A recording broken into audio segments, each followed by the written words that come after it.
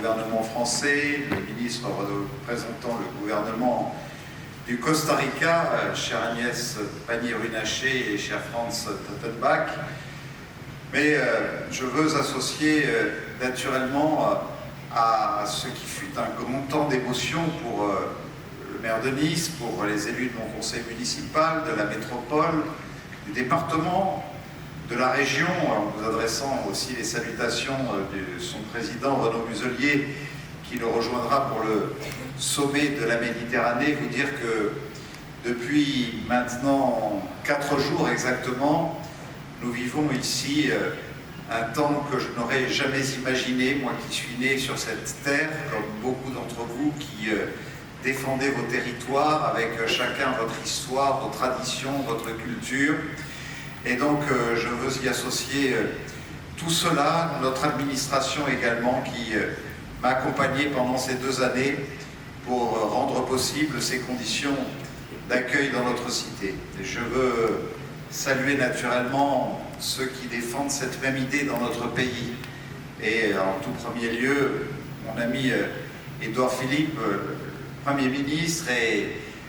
maire du Havre et président de l'Association internationale des villes portuaires, mais aussi tous les élus français, membres de l'Association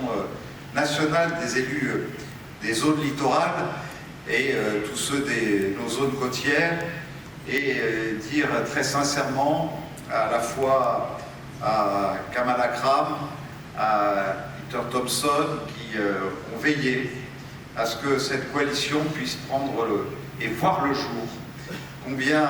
aujourd'hui vous nous avez aidé à prendre ce départ, le départ de cette force que plus personne ne pourra interrompre. Et je veux saluer ceux qui nous font l'honneur de leur présence pour cette conclusion avec le président du Cap-Vert, cher José Maria Neves, le Premier ministre du Tuvalu, des îles Cook, des îles Fidji et de Saint Kitts et Nevis.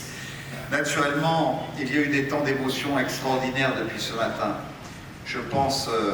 à ce temps fort que vous avez fait vivre, cher Féliciteo,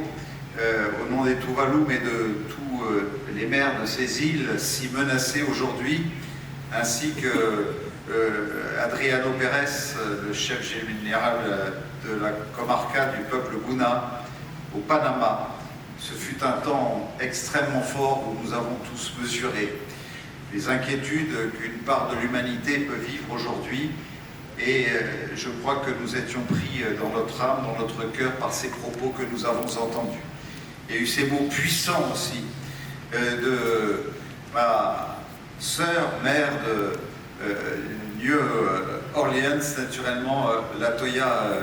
Cantrell, en même temps que de John Kerry en ce début de matinée, qui, avec leur énergie, la puissance de leur engagement, ont été extrêmement significatifs.